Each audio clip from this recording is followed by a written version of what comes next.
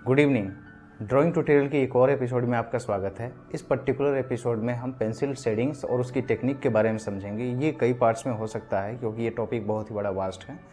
तो मैं आपको अपने स्क्रीन पर लेके चलता हूँ और इस टॉपिक से जुड़े हुए सारे के सारे डिटेल्स मैं एक एक करके डिस्कस करूँगा। आई होप आपको पसंद आएगा।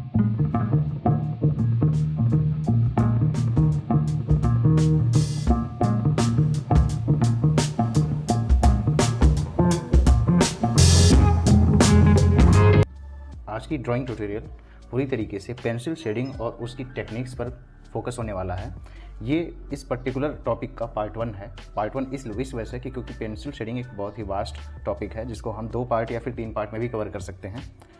जिसमें पार्ट 1 में हम लाइट की बिहेवियर, शेड्स का इंट्रोडक्शन, पेंसिल ग्रेड को समझेंगे, साथ ही साथ प्रेशर कंट्रोल और ग्रेडियंट इफेक्ट, इन टॉपिक्स के ऊपर फोकस करेंगे और इनकी प्रैक्टिस हम करेंगे। ठीक है, तो सबसे पहले हम समझते हैं इंट्रोडक्शन ऑफ लाइट। देखिए, जैसे मान लीजिए कि ये एक फिगर है, ये एक पर्टिकुलर फिगर है। ठीक है, यहाँ पर इसका कलर क्या है? अभी बिल्कुल ये कलरलेस है। ठीक है, अगर मैं कहूँ कि लाइट इस डायरेक्शन से इस पर हिट कर रही है तो शैडो इस साइड में बनेगा और सबसे ज़्यादा जो डार्क वैल्यू होगी वो यहाँ पर अप्लाई होगी शैडो, क्योंकि लाइट इस डायरेक्शन में पहुँच नहीं पा रही है। थोड़ा सा इससे लेस डार्क यहाँ पर अब होगा और सबसे ज़्यादा डार्क जो है ये साइड रहेगा और सबसे लाइट जो इसका साइड बचेगा वो इसका ऊपर वाला हिस्सा रहेगा। ठीक है, तो आप समझिए इस पर्टिकुलर ऑब्जेक्ट का कलर चारों तरफ से तो एक ही था, तो हमें अलग अलग टोन में क्यों दिखाने की जरूरत पड़ी? इसका एक ही रीज़न है कि लाइट का बिहेवियर, लाइट जिस डायरेक्शन से पड़ता है, जैसे मान लीजिए कि एक लुमिस हेड है, लाइट इस डायरेक्शन से इसको हिट कर रही है।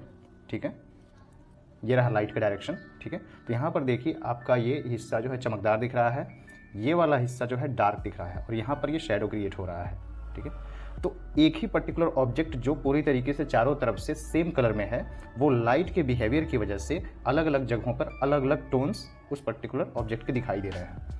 तो हम जो जिस भी सोसाइटी में रहते हैं वहाँ पर भी लाइट्स ऐसे ही है। हमारे पास सनलाइट आती है, बल्ब की लाइट आती है, तो ऐसे लाइट्स में जो है हमारा चेहरा या फिर हमारा कोई भी रखा हुआ ऑब्जेक्ट जिसको हम ड्रॉ करना चाहते हैं वो अलग अलग शेड्स हमें दिखाता है। तो इन शेड्स को ड्रॉ कैसे करना है? इन्हीं शेड्स को ड्रॉ करने के लिए इंट्रोडक्शन हुआ ऐसे पेंसिल्स का जिनमें डिफरेंट ग्रेड्स हो। जैसे आपने ये पेंसिल्स देखी होंगी, अलग अलग ग्रेड की पेंसिल, जिसमें 6B, 2B, 2HB, HB या फिर ऐसे 10B तक करके बहुत सारी पेंसिल्स के ग्रेड होते हैं। तो इन ग्रेड्स के बारे में सबसे पहले मैं आपको बताता हूँ। ये देखिए, ये पेंसिल जो है ये 2H पेंसिल है। ठीक है, तो 2H का मतलब है कि ये हार्ड है, H फॉर हार्ड, और 2 जो है इसकी डिग्री है कि ये डबल टाइम हार्ड है H पेंसिल से। वैसे ही ये 2B है, 2B मतलब ब्लैक, ये B फॉर ब्लैकनेस, तो ये एक डिग्री है ब्लैक पेंसिल की। ऐसे करके इसमें काफ़ी सारे ग्रेड होते हैं, जैसे कि 8B, 10B, ऐसे करके लोग ग्रेड्स यूज करते हैं। जो चारकोल पेंसिल होती है, चारकोल पेंसिल में केवल 3 पेंसिल होती है। एक सॉफ्ट ग्रेड की पेंसिल होगी आपके पास, एक मीडियम ग्रेड की और एक हार्ड ग्रेड की। उन्हीं से आपको ये सारे शेड्स अचीव करने होते हैं। तो हमारा दूसरा टॉपिक था कि need and introduction of shade. Need यही है कि लाइट के बिहेवियर की वजह से हमारा कोई भी ऑब्जेक्ट अलग अलग टोन हमें दिखाता है। उस पर्टिकुलर टोन को ड्रॉ करने के लिए अलग अलग शेड हमें ड्रॉ करने पड़ते हैं और अलग अलग शेड को अचीव करने के लिए हमें डिफरेंट ग्रेड की पेंसिल की ज़रूरत पड़ती है। ठीक है, यहाँ तक तो क्लियर है। उसके बाद हमारा तीसरा टॉपिक आता है अंडरस्टैंडिंग पेंसिल ग्रेड्स। अब देखिए, हर एक ग्रेड में, जैसे अगर मैं 2H की बात करूं तो ये पेंसिल जो है काफ़ी ज़्यादा हार्ड है। ठीक है, और इसको ब्लेंड करना, स्मच करना ईजी नहीं होता है और ये बहुत ही ज़्यादा लाइट होता है, मतलब ये पेंसिल पेपर पर बहुत ही कम पहुंचता है। तो इसकी वजह से इसका जो टोन होता है वो काफ़ी ज़्यादा लाइट आपको दिखेगा। अगर मैं नॉर्मल जैसे हम बचपन में शेडिंग करते थे, अगर उस शेडिंग से टेक्निक से मैं इसको अगर शेड करता हूँ तो ये देखिए ये काफ़ी ज़्यादा लाइट हो रहा है। दूसरी तरफ अगर मैं बात करूँ, हमारे पास जो हायर ग्रेड की पेंसिल है जैसे कि 8B, तो 8B जो पेंसिल होती है इसमें क्या होता है, ब्लैकनेस ज़्यादा होती है। मतलब इनके जो ग्रेफाइट में जो है, अगर मैं इसके ग्रेफाइट की बात करूँ तो इसमें क्ले ज़्यादा होता है, जिसकी वजह से ये पेपर पर ज़्यादा मात्रा में चिपकते हैं, तो जिसकी वजह से इनमें ब्लैकनेस ज़्यादा होती है और काफ़ी ज़्यादा सॉफ्ट भी होते हैं। तो इस तरीके से ये डिफरेंट ग्रेड्स हम यूज करते हैं अपनी ड्राइंग में अलग अलग जगहों पर अलग अलग टोन को पाने अचीव करने के लिए। ठीक है, अब हमारे पास एक चौथा चीज़ आता है प्रेशर कंट्रोल। प्रेशर कंट्रोल क्या चीज़ होती है? जब आपके पास एक ही पेंसिल हो और उससे आपको अलग अलग ग्रेड्स अचीव करने हैं, तब आप क्या करेंगे? तो इसके लिए आपको प्रेशर कंट्रोल आना चाहिए। प्रेशर कंट्रोल मतलब अपने हाथों के प्रेशर को इतना लाइट रखिए कि आप सेम पेंसिल से एक लाइट टोन क्रिएट कर पाए और वहीं पर हाथों के पेंसिल को जस्ट आप बढ़ा करके एक डार्क टोन भी अचीव कर सकते हैं। अब प्रेशर कंट्रोल कब यूज करना चाहिए वो मैं आपको बता देता हूं।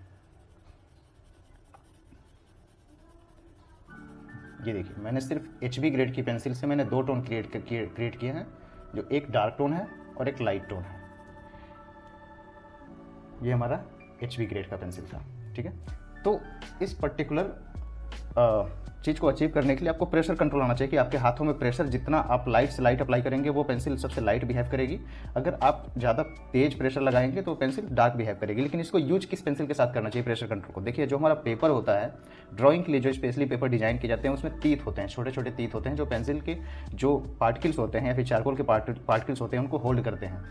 अगर आप किसी लाइट ग्रेड के पेंसिल जैसे HB, 2B या फिर जो है 2H, इन पेंसिल्स को ज़्यादा जोर से रब करके अगर आप डार्कनेस अचीव करने की कोशिश करेंगे तो वो टीथ जो है वो डैमेज हो जाते हैं और वो एडिशनल पेंसिल के लेयर्स को होल्ड नहीं कर पाएंगे, जो बाद में आपको अगर उस पेंसिल में हाइलाइट्स क्रिएट करना है या इरेज करने की जरूरत पड़ती है तो वो जल्दी से इरेज नहीं होंगे।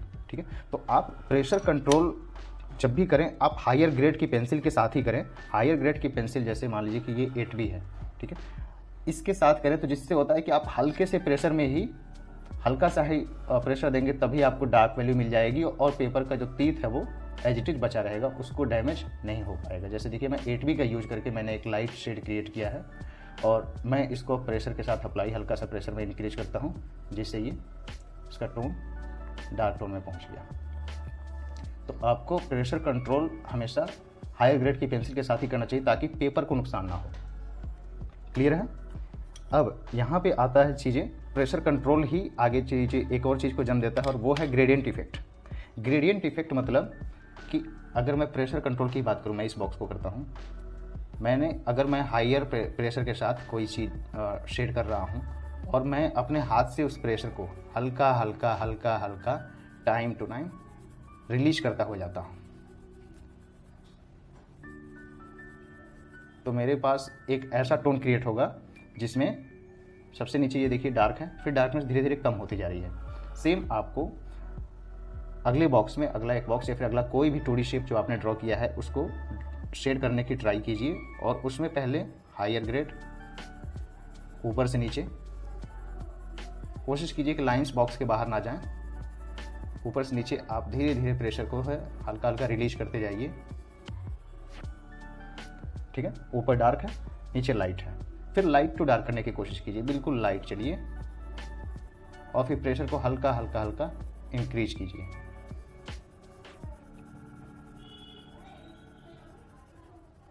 ये देखिए लाइट एंड डार्क। ठीक है, इस पर्टिकुलर इफेक्ट को ग्रेडियंट इफेक्ट कहते हैं। जब तक आप ग्रेडियंट इफेक्ट प्रैक्टिस नहीं करेंगे, आपके हाथों में प्रेशर कंट्रोल डेवलप नहीं होगा, तब तक आप दो टाइप की वैल्यू को, देखिए दो टाइप की वैल्यू को कभी आप मर्ज नहीं कर पाएंगे और एक रियलिस्टिक शेडिंग में बहुत ही ज़रूरी चीज़ होता है। यहाँ पे देखिए, इस एग्जांपल से समझिए, ये पर्टिकुलर जो स्कल रखा हुआ है, स्कल मॉडल, यहाँ पर सबसे ज़्यादा लाइट वैल्यू है और यहाँ पर इस पर्टिकुलर मॉडल में सबसे ज़्यादा डार्क वैल्यू है, पर ये एक पर्टिकुलर किसी लाइन से नहीं जुड़े हुए हैं। इनमें ये डार्क वैल्यू हल्की होते होते होते यहाँ पर लाइट हो रही है और ये लाइट वैल्यू हल्की सी डार्क होते हुए डार्क हो रही है, मतलब इन दोनों के बीच में एक मिड टोन है। तो कोई भी ड्राइंग एटलीस्ट 3 टोन से मिलके बनी होती है, एटलीस्ट 3। ठीक है, सबसे पहला एक डार्क, दूसरा मिड टोन और तीसरा लाइट टोन। इसके बाद मिड टोन्स में भी कई सारे मिड टोन्स होते हैं, ये हमारा फिगर के अकॉर्डिंग होता है, फिर ड्राइंग के ऊपर डिपेंड करता है कि उसमें कितने टाइप के टोन्स आ जा रहे हैं। एक चौथी भी चीज़ होती है हाईलाइट।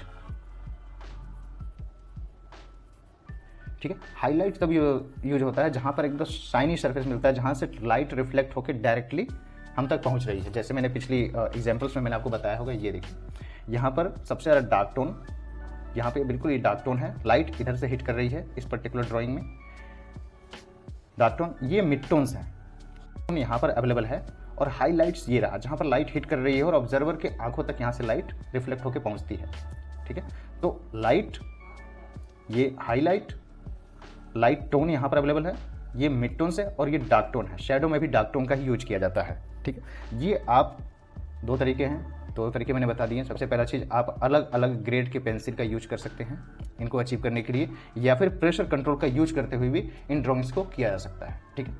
मैं रिकमेंड करूँगा कि अभी आप ये अलग अलग ग्रेड की पेंसिल का यूज कीजिए, प्रेशर कंट्रोल धीरे धीरे आपके हाथों में डेवलप हो जाएगा, ठीक है। उसके लिए कोई जल्दीबाजी नहीं है, आप पूरे वीक पूरा टाइम लीजिए। इसमें आपको अलग अलग ग्रेड के पेंसिल के साथ आप कोई भी, जैसे आपने कोई 2D शेप बना रखा होगा, पिछले ट्यूटोरियल सीरीज में मैंने बताया था 2D शेप्स के बारे में, आप कोई भी 2D शेप बनाइए और उसको सिंपल पहले किसी एक ग्रेड में कलर करने की कोशिश कीजिए, ठीक है। फिर उसको दूसरे हायर ग्रेड के साथ कलर करने की कोशिश कीजिए, तीसरे हायर ग्रेड के साथ कलर करने की कोशिश कीजिए, और फिर इसके बाद ग्रेडियंट इफेक्ट की भी कोशिश कीजिए, ठीक है।